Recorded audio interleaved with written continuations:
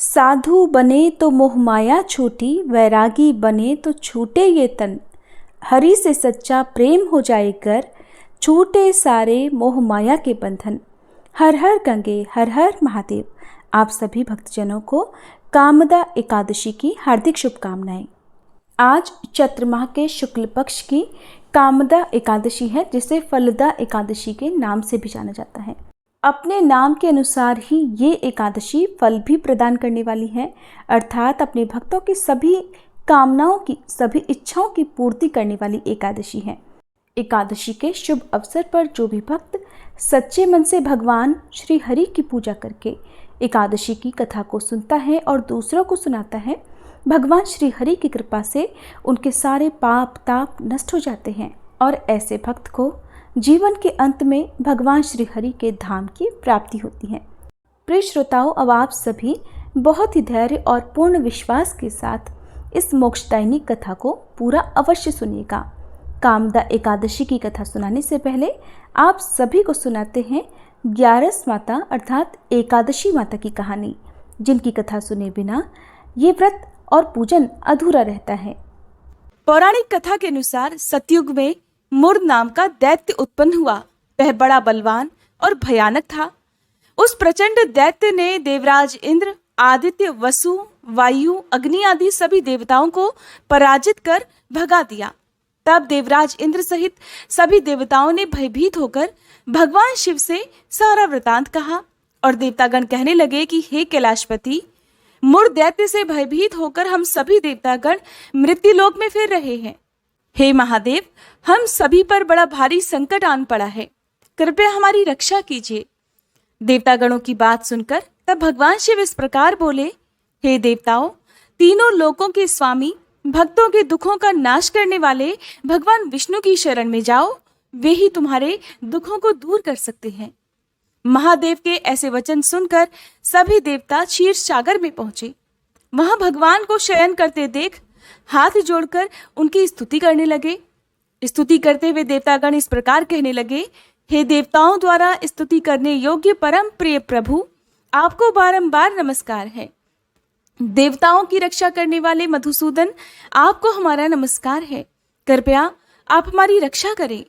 दैत्यों से भयभीत होकर हम सब इस समय आपकी शरण में हैं।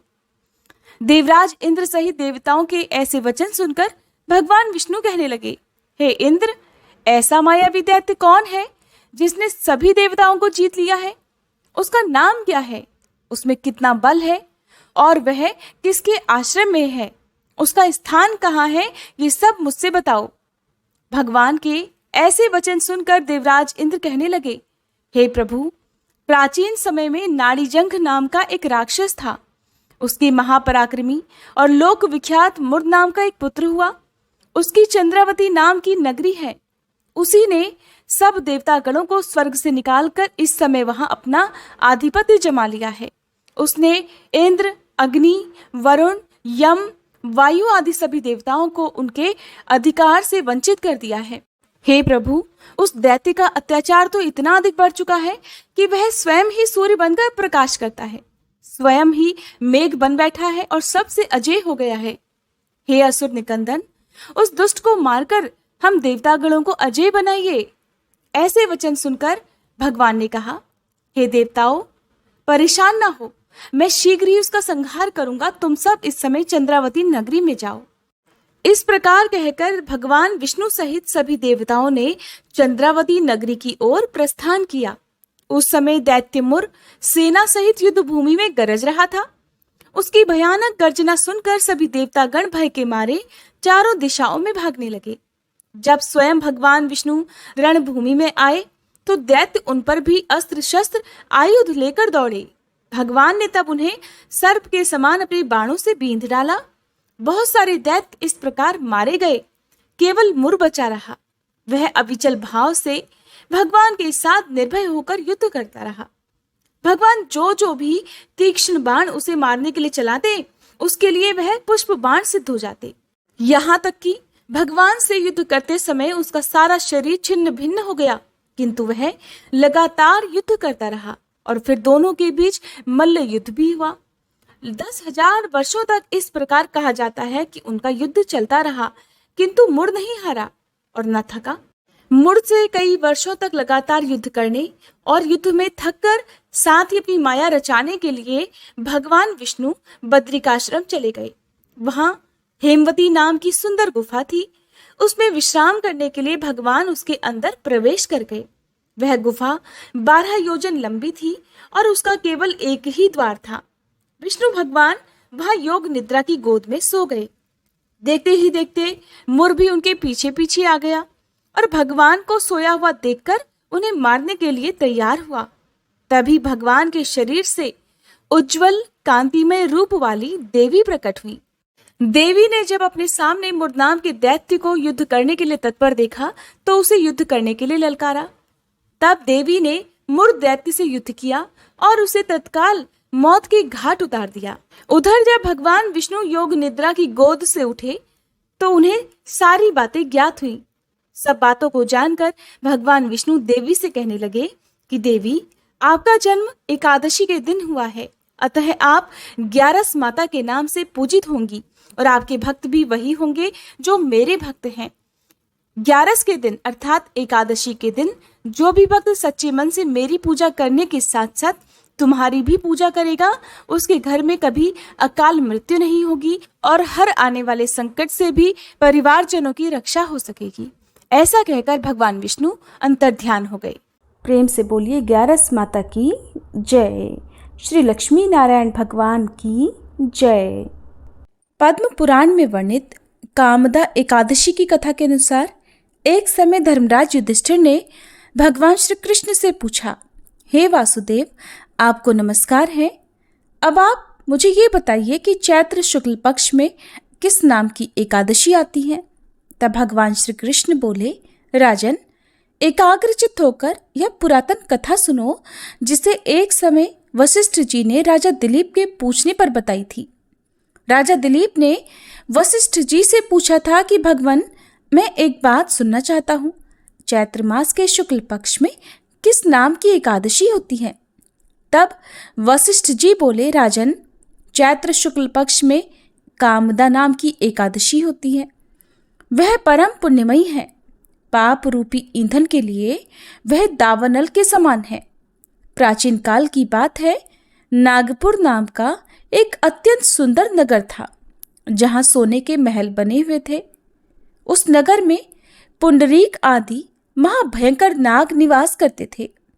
पुंडरीक नाम का नाग उन्हीं दिनों वहां राज्य करता था। गंधर्व, किन्नर और अप्सराएं भी उस नगरी का सेवन करती थीं। वहीं पर एक श्रेष्ठ अप्सरा थी जिसका नाम था ललिता। उसके साथ ललित नाम वाला गंधर्व भी था और वे दोनों पति पत्नी के रूप में रहा करते थे। दोनों ही परस्पर काम से पीड़ित रहा करते थे। ललिता के हृदय में सदा पति की ही मूर्ति बसी रहती थी और ललित के हृदय में सुंदरी ललिता का नित्य निवास था। एक दिन की बात है, नागराज पुंडरीक राजसभा में बैठकर मनोरंजन कर रहा था। उस समय ललिता का गान हो रहा था, किंतु उसके साथ उसकी प्यारी ललिता नहीं थी। गाते गाते अचानक उसे अपनी पत्नी ललिता का स्मरण हो आया, इसलिए उसके पैरों की गति रुक गई और जीभ लड़खड़ाने लगी। तब नागों में श्रेष्ठ करकोटक को ललित के मन का संताप पता चल गया, इसलिए उसने राजा पुंडरीक को उसके पैरों की गति रुकने और गान में त्रुटि होने की बात बता दी। करकोटक की बात सुनकर नागराज पुंडरीक की आंखें क्रोध से लाल हो गई और उसने गाते हुए कामातुर ललित को शाप दे डाला, दुर्बुद्धे, तू मेरे सामने गान करते समय भी पत्नी के वशीभूत हो गया, इसलिए जा, तू राक्षस हो जा। महाराज पुंडरीक के ऐसा कहते ही वह गंधर्व राक्षस हो गया। भयंकर मुख, विकराल आंखें और देखने मात्र से भय उपजाने वाला रूप, ऐसा भयंकर राक्षस होकर वह अब कर्म का फल भुगतने लगा। इधर ललिता अपने पति की विकराल आकृति देखकर मन ही मन बड़ी चिंतित हुई। भारी दुख से कष्ट पाने लगी और सोचने लगी, क्या करूं, कहाँ जाऊं, मेरे पति पाप से कष्ट पा रहे हैं। वह रोती हुई घने जंगलों में पति के पीछे पीछे घूमने लगी। वन में उसे एक सुंदर आश्रम दिखाई दिया जहां एक शांत मुनि बैठे हुए थे। उनका किसी भी प्राणी के साथ कोई भी वैर विरोध नहीं था। ललिता बड़ी तेजी के साथ वहां गई और मुनि को प्रणाम करके उनके सामने खड़ी हो गई। मुनि बड़े दयालु थे। उस दुखिनी को देखकर वे इस प्रकार बोले, शुभे, तुम कौन हो? कहाँ से आई हो? मेरे सामने सच सच बताओ। ललिता बोली, महामुने, वीरधन्वा नाम वाले एक गंधर्व हैं। मैं उन्हीं महात्मा की पुत्री हूं और मेरा नाम ललिता है।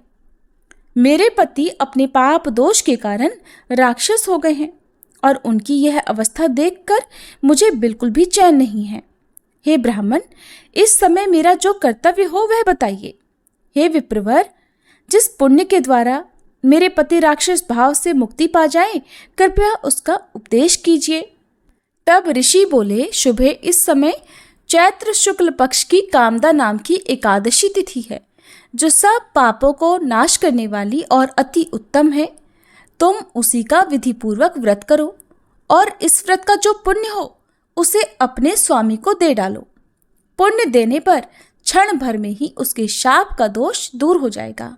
भगवान श्री कृष्ण कहते हैं, राजन, मुनि का यह वचन सुनकर ललिता को बड़ी प्रसन्नता हुई और उसने एकादशी को उपवास करके द्वादशी के दिन उन ब्रह्मऋषि के समीप ही भगवान वासुदेव के श्री विग्रह के समक्ष अपने पति के उद्धार के लिए यह वचन कहा, मैंने जो यह कामदा एकादशी का उपवास व्रत किया है, उसके पुण्य के प्रभाव से मेरे पति का राक्षस भाव दूर हो जाए।